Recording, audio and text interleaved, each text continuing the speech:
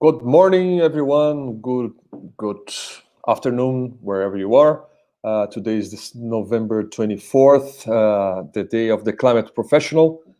It's an annual day to celebrate and catalyze professional accelerating solutions to the climate crisis. So it's an important day. As you all probably know, Youth Climate Leaders is celebrating with amazing encounters such as this one. The topic today is an easy one. How to finance the transition to a carbon neutral societies. My name is Ricardo Gravina, or Ricardo Gravina from Brazil. I am founder and director at Climate Ventures. Climate Ventures is an organization to accelerate a low carbon regenerative economy through supporting innovation, technology, and startups. Startups that don't need necessary to have technology involved, but innovation indeed. And I'll tell you that I have some understanding about how to finance startups that helps transition. And today I'm very interested to understand about how this amazing group of people is also supporting this transition. Today we have Helen Clarkson, we have Hessem Azhar, we have Linda Murasawa, and Ludovino Lopez. I'm going to start with some questions, like broad questions for everyone, for any one of them. And then I hope you guys send us nice and interesting questions so that I can follow up with them. If you don't, I'll have to ask my own, and it's going to be okay. So let's start with Helen. Helen Clarkson is an international experienced leader, speaker, manager. She has many accomplishments, many amazing accomplishments, and amongst them the establishment of Forum of the Future in the US. And she is now the CEO of the renowned The Climate Group. So thank you for coming, Helen. The first question is a broad one, as I mentioned. Can you tell us a little bit about your own trajectory, the work at the Climate Group, and your the role of professional sector on climate financing, please? Yeah, well, let's start with good morning, everyone, or whatever time of day it is where you're tuning in. Let's start with the Climate Group so that people understand who we are, who I am, where we've come from, and then I'm happy to get into the other things. I don't know if you can share the PowerPoint I sent, or that's got through to you, or not. Or I can try and share let me try this sharing my screen thing. Whoops. Should I get out maybe? Yeah, let me, it says you can share your screen, and I'm trying to do that. Right, share. Has that worked or not? No, not yet. No, okay. So I'll stop sharing and go back to just talking. So the Climate Group's an international non-profit organization. We are headquartered in London, and we have offices in New York and New Delhi, and then one person in Beijing. And as a non-profit organization, we're mission driven, and our mission is to drive climate action fast. And we do that by creating these initiatives of scale, speed, and collaboration. So we're all about the power of collective action to drive change. And we do that in 5 key systems. So we look at the systems where our members have the biggest opportunity to create change, and where emissions are the highest. So transport, energy, the built environment, industry, and we're trying to move into food as well. And so in each of these, we create these big collaborations which have a commitment at the center of them. And we use that commitment then to work with members directly, so companies to do the projects themselves to create the change, but also if you can aggregate all those commitments, you can start to have conversations with policymakers. So in the energy system, we work on something called RE100, which is a commitment to 100% renewable electricity. And we've got, I think, 260 members of that, big corporates that everyone will have heard of, sort of Apple, Google, Unilever, Bank of America, you know, lots of different companies in there from all around the world. And then their commitment is to 100% renewable electricity. You can show that if you aggregate all of that demand, you can show that the demand is the equivalent of a country, sort of, I think, 13th, 14th biggest country in the world if you put it together. And what that does is allow you to go and talk to policymakers and say, well, look, if you can put in these regulations or change that regulation, more corporates will be able to buy more renewable energy, and that will accelerate the transition. So it becomes a very powerful tool. And then members can also work with each other. And we have things like where companies have come together and formed PPAs in different geographies.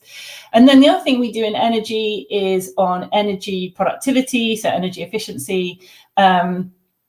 And there it's a commitment from corporates again to either doubling energy productivity or installing energy management systems. There's also a buildings commitment in there. And so all of that again is about shifting the energy system. And then we work in the transport. We have a campaign called EV100, which is a commitment to 100% electric vehicles in the corporate fleet. And why that matters is in a market like the UK, and it's very different around the world, but in a market like the UK, about 60% of new vehicles purchased in a year are bought by corporates. They put those cars into their fleet, they hold on to them for 3 to 5 years, and then they start to roll down through the second-hand market. So if you can change what the corporates are buying, then you can then have an impact on the market through time, and we can accelerate this transition. And then again, we can use that to talk to policymakers. So every year we go out to our members and say, what are the biggest barriers to you achieving your goals? And they tell us, and one of the things that they've told us is there just aren't enough models coming onto the market. The waiting time is too long. So we can go and show that evidence to suppliers and manufacturers of vehicles and say, look, you need to up the supply. But you can also then look at a barrier like policy. There's not enough charging infrastructure, or there's not enough governments showing the way to manufacturers to shift the market. And so in the UK, we've just had a big success where we've been using the EV100 campaign to really put pressure on the UK government. And last week, they announced that they would bring forward the end date for combustion engines to 2030. So that was really great news. And that's how we work to accelerate the transition in transport. So those are two examples. We also work, as I said, in those other sectors. And then alongside corporates, we also run something called the Under 2 Coalition, which is 200 plus state and regional governments from around the world who are committed. They signed a commitment in the run up to Paris in 2015. They were worried that there wouldn't be the Paris Agreement, so they committed to state and regional governments doing that. And since Paris, we've been using that as a delivery mechanism. So that's another way we work with governments to, again, accelerate the change. And we've got some work going on in Brazil around 2050 pathways, in Mexico, and all across the world. So that's what we do as an organization. I haven't touched yet on your kind of key theme, which is finance. But across all of this, even though the climate group itself doesn't specialize in finance, it's something that we run into. And I think we can get into that in the conversation about how do commitments like this from corporates unlock the market and the work that we're trying to do. But I'll leave it there as an intro because I know we want to hear from our other colleagues. Okay. Can I just ask you a follow-up question, if that's okay? A little bit about your own trajectory. Yeah. Where you come from. Just to humanize a little bit, and then we go back. So, and then we'll go back to finance, because I actually trained as an accountant. My degree, to really go back a bit, my degree was in philosophy, and as I was graduating, I realised that the job market demand for philosophers was not really there. And I got really interested in humanitarian aid and was thinking, well, I need a skill, and philosophy apparently is not a great useful skill for humanitarian work. So I trained as an accountant initially, and that has stood me in really good stead. Now I'm working as a chief exec to be able to actually have a really good conversation with the finance director. It's useful. Mm-hmm. But I went from accountancy to go and work for Médecins Sans Frontières, initially in finance, but I moved into project management. And the last role I did for them in the field was actually in the Democratic Republic of Congo, which was an amazing, amazing place. I loved being there. but it really brought home to me the kind of link between health and the environment. And, as an aid organization, you go in, and for MSF, it's really about sort of building and running healthcare programs that are in places that others can't get to, and war zones and so on.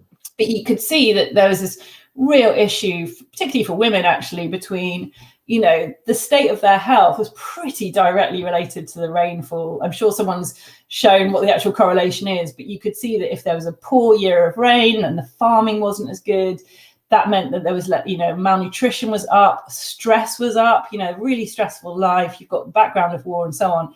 And so when I came back, I started really thinking about the kind of systemic and how do you get upstream of these problems, and what sort of career did I want that was still about those issues, but kind of coming, how do you prevent those things happening rather than being the people who come in at the end? And for me, I know a lot of people then sort of often move from humanitarian to development, but I was much more interested in, I'm not really that excited by the development discourse, but actually, what's the link between all these issues? And if you think that that's bad enough, I was in Congo in 2003, when you add climate change onto that and you look at what's going to happen to the world's poorest people, it made me really interested in what actually, the kind of the ultimate cause of these things, or the thing that's going to really drive a lot, is climate.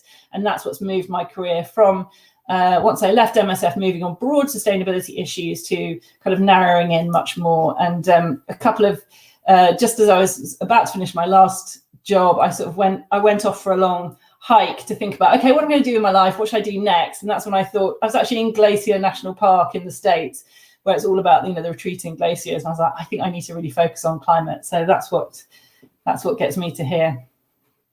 Thanks a lot. Thank you. Amazing. So going to our next presenter, our next host. No, I'm the host. Next guest. Thank you. Hessem Azhar. Hessem Azhar is working in climate finance advisors and is pursuing a Bachelor's of Science in Strategic Finance and a Bachelor of Arts in Economics and Society. He also works, he works at Climate Finance Advisors based in Washington, D.C., and was one of the first ICL fellows in 2018. So, Haysam, the first question that I have is, amongst being one of the first ones, having attended the immersion, can you briefly describe this experience and tell us a little bit about your trajectory into leading at Climate Finance Advisors, please? Absolutely. Hi everyone. Great to be here. My name is Hessem, and it's an honor to be part of this panel. I feel a little out of place. Little might be an understatement, but I'll try my best to fake it till I make it, I guess. So I'm from Pakistan, born and raised, lived most of my life here. I did not have a passport till the age of 17. I'd never traveled outside Pakistan. And then, I got into this new university program based in San Francisco called Minerva Schools. I'm currently in my final year at Minerva Schools in the United States. Minerva is a new university based in San Francisco, as part of which I've traveled to more than 5 countries around the world, spending a semester in each, solving global problems in local contexts. I'm majoring in business and social science, as Ricardo mentioned, with concentrations in strategic finance and economics and society. I was indeed part of the first YCL cohort, and that's really where this journey sort of started for me, and I'm happy to share more about that journey going forward. I spent the summer. The summer of 2019 at ECO, which is a climate finance consulting company in London, and then went on to work for Climate Policy Initiative, the Global Innovation Lab for Climate Finance in San Francisco. I'm currently working with Climate Finance Advisors, working with clients such as the Inter-American Development Bank, the World Bank, and the IMF. I'm interested in climate finance, impact investing, and venture capital in the context of climate finance innovation. And my undergraduate thesis is on climate acceleration and venture capital, supporting early stage tech startups through blended finance solutions. Ricardo, you and I should definitely connect bilaterally after. I think we might have some commonalities there, some overlap there. I'm generally interested in the balancing act between environmental conservation and economic development, and how these two historically distinct agendas can be aligned. I'm interested in policies that create, win-wins for climate and development, and how we can make these policies more effective, durable, and equitable. Now, to the first part of your question, Ricardo, back in 2014, I'll just sort of walk you through how I got to ICL, and then how I got to where I am right now, working for CFA, working for CPI, Climate Policy Initiative. Back in 2014, Karachi, which is one of the biggest metropolitan cities in Pakistan, actually the biggest metropolitan city in Pakistan, saw a heat wave that ended up killing thousands within a matter of weeks. It was one of the most unanticipated disasters with sort of gross repercussions, and I was a little taken aback. That prompted me to think about issues of climate change within the context of Pakistan, but that wasn't really on the agenda back home back then, right? Then I came to San Francisco, and I attended this event by the Citizens Climate Lobby, where they talked about the carbon fee and dividend solution as a bipartisan solution to implement a carbon fee on emissions and redistribute income in an equitable way. And that was really fascinating to me. I realized that public policy was really at the core of the issues of climate change, and that there's only so much one can do with activism, important as it is, right? I remember Christine Lagarde, the head of the European Central Bank, saying at the COP in Madrid last year that there's never been a bigger gap between the inside and the outside, right? The inside being politicians and decision makers, and the outside being young people, right? Activists fearing for the future of their planet, right?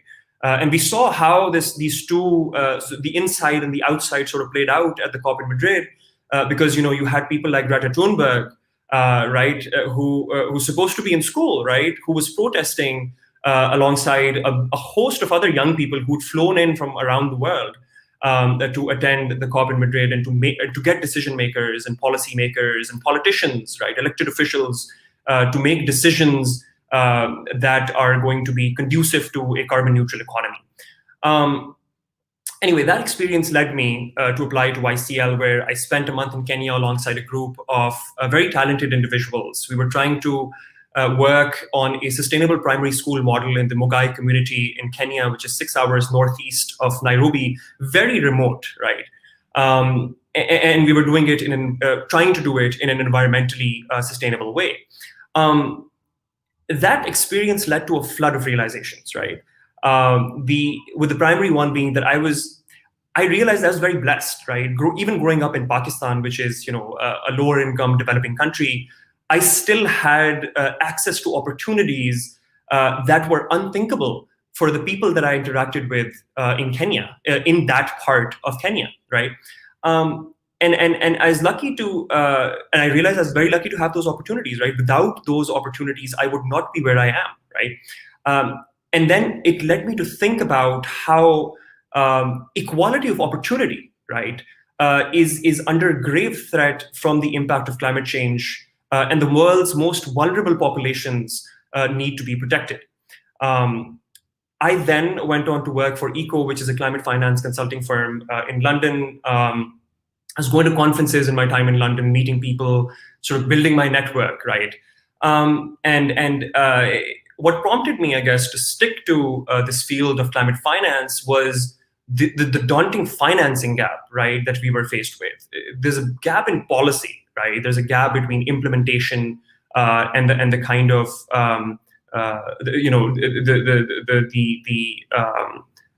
the ambition, right, that we've sort of demonstrated or shown. the gap in financing stands between 1.5 to 3.5 trillion dollars of investment every year between 2020 and 2030 to keep temperatures under 1.5 degrees. And we currently stand at around $500 billion of climate finance investment around the world. I started appreciating money as an instrument for change and the crucial role it had to play. And moreover, I became fascinated by how one can use blended finance as a means to unlock trillions in private capital using billions in public finance. And I started to understand why we need risk-inclined, patient capital to finance this transition to a carbon-neutral society. Finally, I ended up with CPI at the Global Innovation Lab in San Francisco, which is an accelerator for early-stage climate finance instruments. It was a great experience, learned a lot, and that eventually led me to work at Climate Finance Advisors. And it's been a wonderful experience thus far, and certainly YCL, had a very crucial role to play in getting me to where I am. But thank you so much. I'll stop there. Thanks a lot. We definitely have to talk. And but it's just a warm-up questions, and so I'll keep on with talking to Linda now. But I think what's actually struck me from now is that the two, Helen and Haysam, they both had like personal experiences that made them rethink about like what they're doing about life, and then they moved on to climate. So it's very interesting to see that pattern emerging. So now, hello, Linda. Good morning. Linda, just an introduction, quick introduction. So Linda is a partner at Fractal Business. She has a lot of experience in finance, having worked and spent their career in different banks, such as Santander, ABN AMRO, and she now provides strategic advice to different companies on how to finance the transition and how to actually transition to a low carbon economy and sustainable development. So just a few words, but I would love to learn a little bit more about on your own words. And I have a follow-up question, which is having been working on finance and financial sector for so many years, how did you evolve towards sustainability? And can you tell us a little bit more about your own trajectory and the main opportunities and challenges in climate finance, if you may? Okay, thank you very much, Ricardo. First of all, I'm very glad to be here. And about my background, during 25 years, I worked for a financial system. And in the last 20 years, I introduced sustainability in the financial instruments that we are working here in Brazil. My education, personal education, is about how we can help the society to improve your life and in a peace way. My parents are Japanese, and they suffer a lot because in the Second War, it's not good. The war is not good for no one, and especially my family, my father. And in my personal education, he said to me, the peace is very important, and everything that you introduce in your life, please think about how we can improve the peace and the better life for everybody, not just for you. And it is a very impact for me when my parents said that it is how important we think about the society in a whole way. And in my career, I introduced in finance the concept of sustainability, and because I believe that if you have a great society, you have a great career too, and a better world and better country. Well, during my challenges, I understand a lot of the environment and the society issues, And when I think about the climate, I need to think in a holistic way. We are talking about the risks in a very great risk for the world, because when we understand that we need to understand the climate issues and called physical risks and transition risks. When we talk about the finance in this transition, we have to understand that this kind of the risk must be integrated with the financial risk, so-called traditional. Why? Because it's very tough to make some kind of the finance if you think about the climate separated, disaggregated with the climate risks. Let me put some points of the task force on climate related financial disclosure was created. The recommendations for companies on the disclosure climate for investors, insurers, and the financiers, we are talking about 4 thematic areas: governance, strategy, risk management, and metrics and objectives. We need to understand how climate will impact our business, because one example is the issue of the energy, where the need for renewable energy is now, that is energy with a lower emission of greenhouse gas. But taking this same example, it's not just looking at the emission that is made by determined industry, the plant, but understand if this plant does not run the risk of having its operation paralyzed or damaged by some type of the extreme events. I mean, the understand of the whole risk is very difficult, and how we can measure it for the financing. We need instruments that understand what kind of the parameters we are doing. But when you talk about the natural disasters, we don't have a foresighting or previsibility. We are talking about the risk that we, in the financial side, we are talking about all time, the risk that we can make some statistics and the previsibility and foresighting. But when you talk about the climate, it's very tough. The transition is talking about our behavior, not, let me try to show in a clear way. Physical risk is about the natural side, but the transition risk is about the human side. That's the impact that the human are doing in the world. We needed to have some choices to introduce some new business, and we needed to think how we can introduce this in the financial system.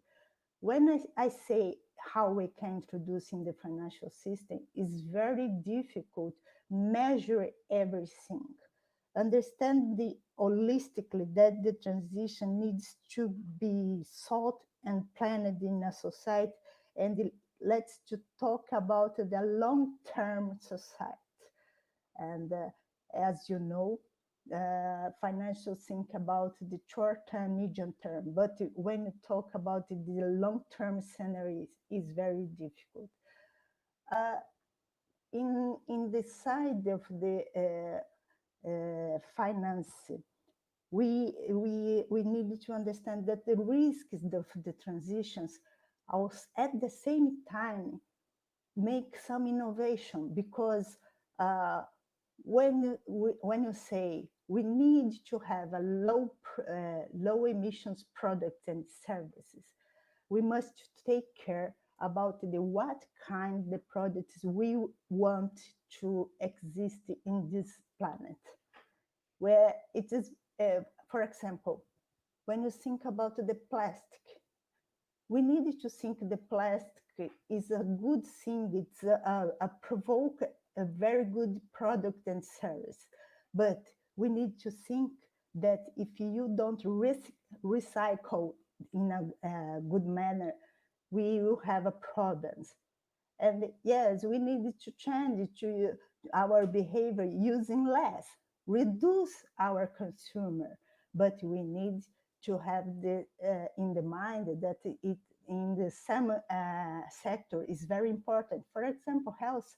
Nowadays we are living the pandemic, and we know that how is important is syringes used in the hospitals, in the plastic discarded. And this is, we need to understand what we can do. Why I'm saying it, because when we need to finance, we need to understand the market, society behaviors, and what kind of strategy we need to do inside one sector or in the corporate. When we talk about the strategy of the company, we are need to understand how this kind of the company will be resilient and facing a different challenges, and how they are working in a research and the development of the new products. We are facing a challenge about the transport. Everybody knows that transport is very good for everybody, but we need to think how we can reduce fossil fuels. But when you talk about the change of the fossil fuels, gas or diesel, it's not easy, because you are talking about the whole supply chain for transporters. We are need to change how we can change the motors of the vehicles, how we can change the oil and gas refine, and how we can you change the way that we live without our owner car. It is the financing everything, because the financial sector, we need to finance individual that want to change your life. We need to finance the company that will provide something for the society, and finance a long term of our society. It's not easy, and climate change is a huge challenge for how we can measure everything and take care to introduce this kind of the risks without produce a disaster, economic disaster. Because if you think that one sector is a high emission sector and consider that it is a high risky, the interest rates for this kind of the sector is very high. But if you make some lending in a high interest rate, you can produce a very high impact, not just for this sector, but for the whole society, because this kind of the products that are producing is the society needs. For example, transport and the oil and gas and so on. But when we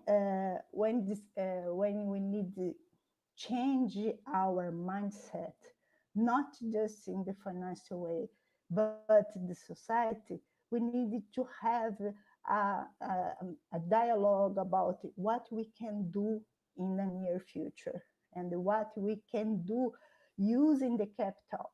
We are talking about the allocation of the capital is producing development for society, and where and why we need to put this kind of the capital. Why we need to have more and more renewable energy, why we need to have waste management or recycle systems.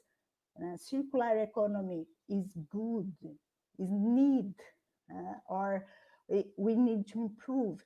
And we think that nowadays economy is just thinking about the numbers. We need to introduce environment, ESG, environment, social, and governance. But before we introduce this kind of the parameters, we need to think that environment and social is very, very important. We are talking about the environment that we have is not infinite, is finite. And we need to improve a little bit more about the research and development, especially in the emergent countries. For example, in Brazil, we need to improve our research because we think we have, for example, bioeconomics opportunities here in Brazil that can produce new parameters for everybody. When you think we have a lot of forest, but we have a new product that can be produced from this kind of the forest, not just wood, but to extracts, superfoods, nutraceuticals, and so on. And the balance of the emissions is important, because when you think of the Paris Agreement, almost 200 countries said that climate change is important. But how we can measure each action that we are doing, not just only in financial sector, but all the sectors. We need to measure emissions, measures allocation capital, measure everything to understand if we are in the right way.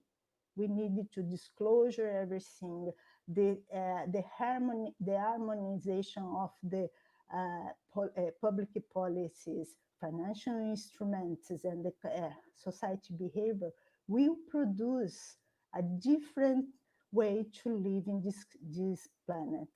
It is important to say that it's not just finance. Finance is one way to perform one thing, but the finance must be planned before everything that we introduce in our lives.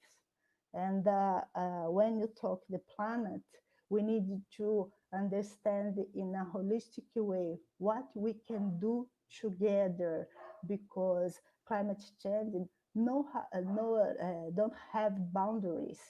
The climate change is talk about our home, and we need to think the holistic risk, holistic opportunities, and the holistic society. And after this, we can change and choose the right financial instruments.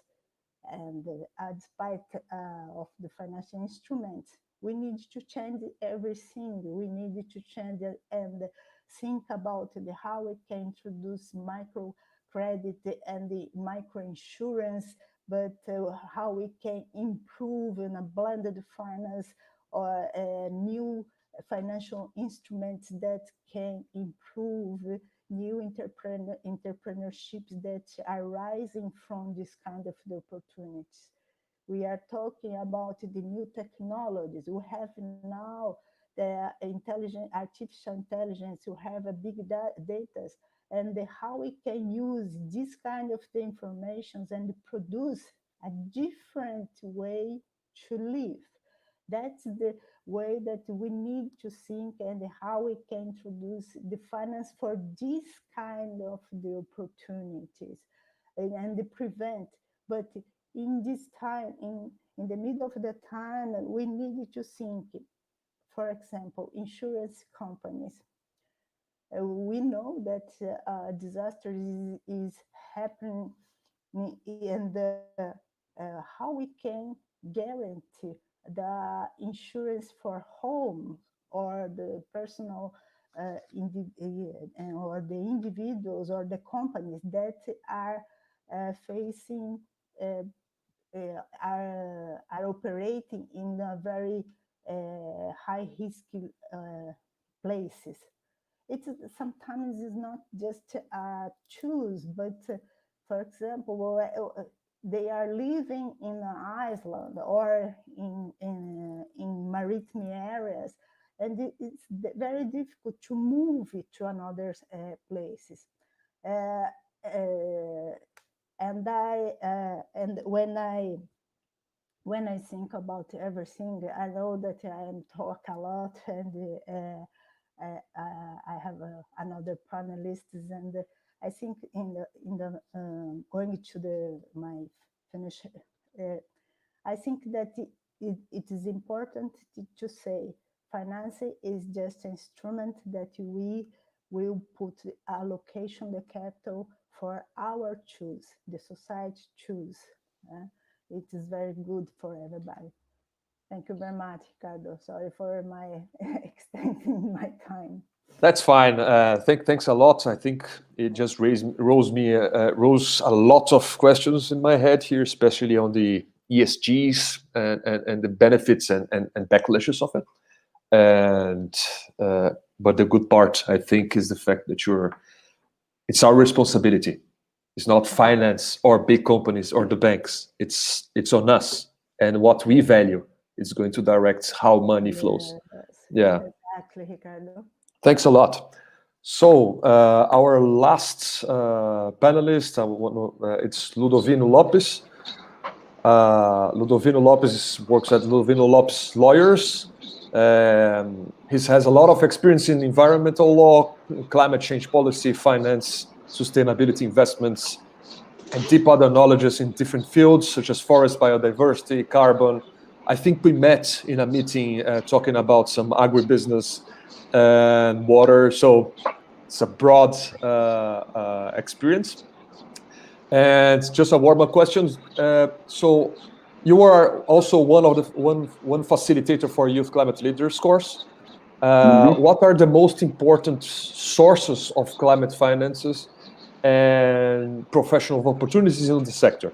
What do you think it's important? And maybe a little bit about your trajectory, if you may. Great, Ricardo. Good morning, or good afternoon, or good night for everybody. I don't know where you are on the planet, so let's try to start with that. Great to be here on the Climate Change Professional Day. So I will try to bring you from my backgrounds and try to analyze that in the question that you have made to me in terms of the trajectory and what I experienced in my life during these last couple of decades. I'm not going to talk about years, okay? So that's better. I've come from a small place in Portugal. I'm Portuguese. A small city, a small town of 10,000 inhabitants. Of course, this was years ago, and at that time we didn't talk about climate change in this kind of issues, but we talk about the quality of environment, and we talk about the quality of people and a lot of other things. And during my youth, I've sometimes crossed with some of those discussions in family, with friends, and so on, and I started to try to understand the environment and what was happening around me, but especially my curiosity came around the issue of loss and the issue of why the society choose some pathways and not other pathways. Why is that right and why is that not right? How do you choose what you put in a law saying this is a crime and this is not a crime? This is what we should do in terms of policies, and this is what you should not do in terms of policies.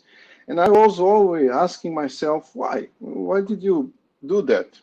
And of course, that went me and brought me to do the University of in Lisbon a couple of years after that to the law school and to try to understand why those choices was made by the society and how does that transform the present and the future. And I understood that in a couple of centuries ago, people choose to give to the state the priority and the power to impose the law and to impose the pathways that they are going to adopt. And they have created also all that complex structure between the legislative, the judiciary, and the executive.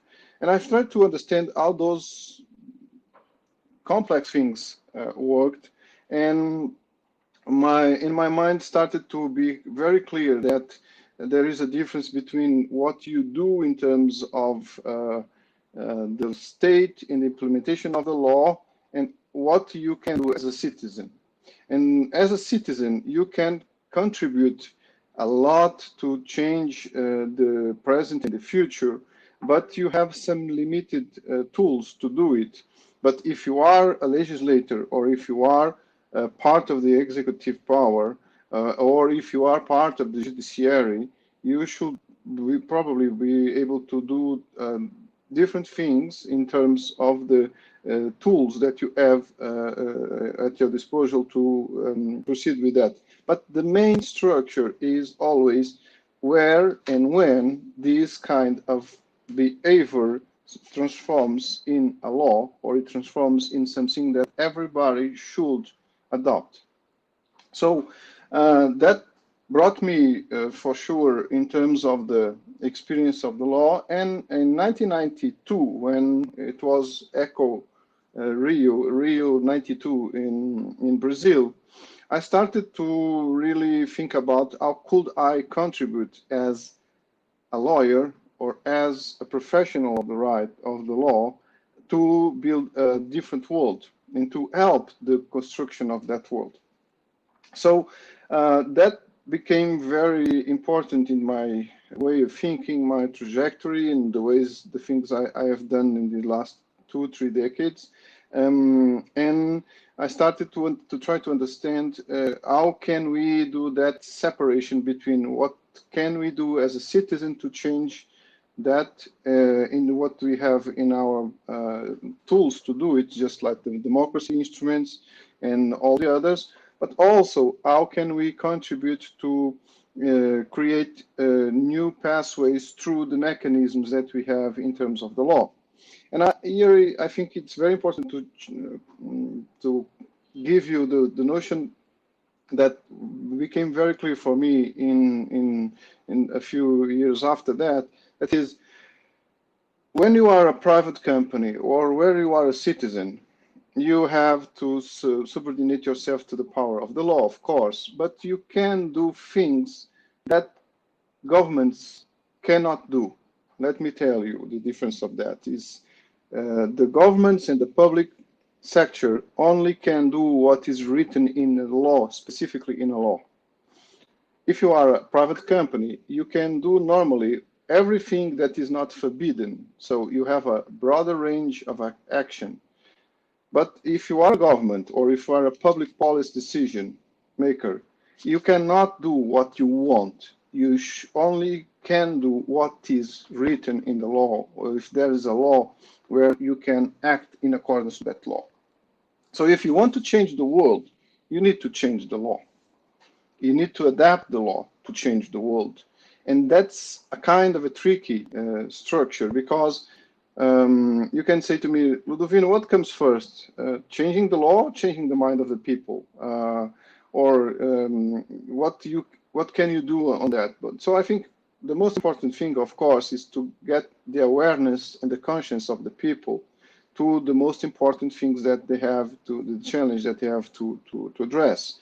And the second is, what can you, as a professional of climate change in this case, contribute to change the world? And this is It's very important because each one of us, the ones who are in finance strictly, the ones who are in the legal sector, the ones who are in the third sector, the ones who are in the environmental strict sector, they can contribute in different ways in using each one of those tools. But it's the conjunction of those tools that will give us the real stuff, the real movement that will give us the opportunity to go broader and grow further on that process. So I've came from Portugal and I settled down in 1999, more or less in Brazil. And from that moment, I started to collaborate and cooperate in a fantastic way in Latin America, in Europe, in other places in the world, in the United States. And I started to see the part of the construction of those new laws, of those new instruments all around the world. And we started with points, dots in the map, and those dots started to grow. And now we have really changing. That is, a lot of companies, a lot of countries have their own laws on climate change, and they are slowly changing that pathway to the construction of a new world. But you asked me, Ludovino, what are the main financing instruments that we have in our disposal? And I'm going to try to address your question from the legal and the finance or conversions interpretation. So you can choose and you can identify those tools of finance in two big divisions or pillars. One is what we call the mitigation, the other is what we call the adaptation. But in the real world, Ricardo, it's not only about mitigation and adaptation. There are a lot of things inside of that: transportation, industry, green energy, forests, agriculture, and the other ones. So you need to transform those instruments in instruments that fit to each one of those activities.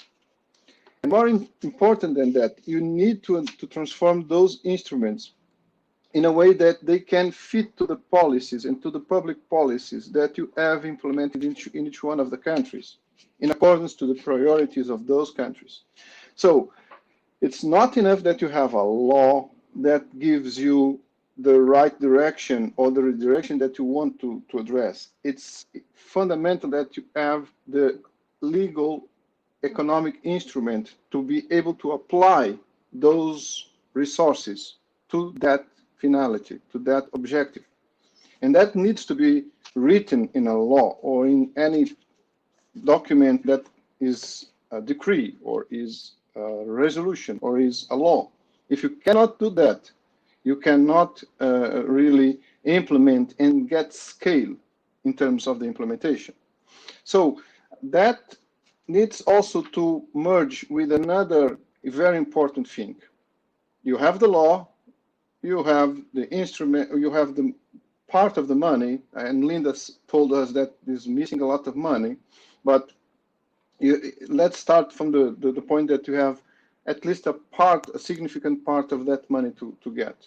So you have the law and you have the part of the money, and now you need to match the instrument, the legal instrument and the economic instruments with the source of the money that you have. Because the most part of the difficulties now of the governments is to match their instruments with the sources and be able to apply them. The most part of the time, they don't have the right instrument to get that money. So you are talking about donations. We are talking about donations that not necessarily are simple donations, but are donations with a kind of an obligation to get some goal or some target in terms of reduction of emissions, just like the payment for results in terms of RED and forests, for instance. So you need to have a specific tool to get that kind of money. And you have the green titles, and you have the financing market, and you have the green bonds, and you have the subsidies and taxes and all of that stuff. So you need to start to build that to match the money you have, the instruments you have, and the policy that you have. If you don't do that in the correct way, you will have a fantastic law, but no way of implementing it. So, and society asks for governments, do this, do that, go with the world to that pathway. But they cannot do nothing if you don't have a positive law saying that. And why is that? Because if you think that that's the correct thing to do, but you don't have a law, and you start to use public money to do that, what you think you are correct to do, you can go to jail.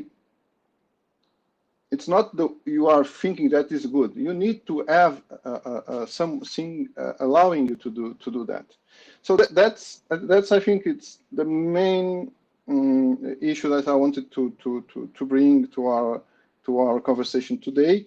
And also, I think in the second round we can talk about what is happening in the world in that scenario, in that that structure. Thank you. I would love to have a second round. We have like 3 minutes to go, and I have a quick question for Helen.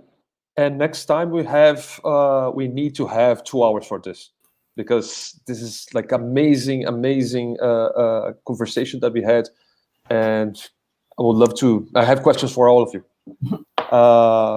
but I'm just going to pick Helen because I believe she spoke the least. So I want to hear a little bit to bring a little bit of fairness to the panel.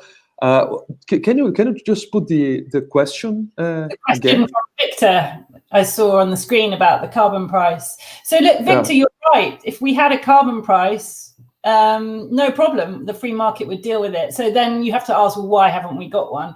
And also, it's not one. I think the more people understand carbon pricing, you realize it would be different in different markets. It's quite complicated. So I think, in a way, you know, I would say that most people who work on the climate, I don't want to generalize too much, but a lot of us would love there to be a carbon price, because for exactly the reason that you've mentioned there. And secondly, you can see that companies that are using an internal price of carbon, so essentially they're putting a carbon price into their internal accounts in order to be ready for a day in which there is one, and I think there will need to be one, then they are better prepared and they're making good decisions. And there's some really good case studies it's worth reading. But in the absence of that, I think, and we're coming to the end, so let's try and get onto a kind of hopeful note. I think what you have to recognize is how much has happened without that carbon price, and the fact that companies are kind of getting ready for it. And the big source of hope in the moment is the election of Joe Biden in the US as the next president, who has said that climate is absolutely the top of his priority. And I think what we've seen over the last 4 years has been an amazing ability to kind of keep the ship going in the States, in terms of the action of state and regional governments and corporates in the absence of any federal leadership, and real leadership from those companies and others who are doing things like internal carbon prices and so on. That is the bedrock on which Biden can start to build the future. So that's my kind of hope. I agree with you, we need a carbon price, but in the absence of that, look at all the other action that's been happening, and how we build off that, I think, is the big question for the future. Amazing. Thank you for your for the speed of the answer. 10 minutes on that, but you know, I see the time's gone. Such a simple question. So yeah, just in 2 minutes.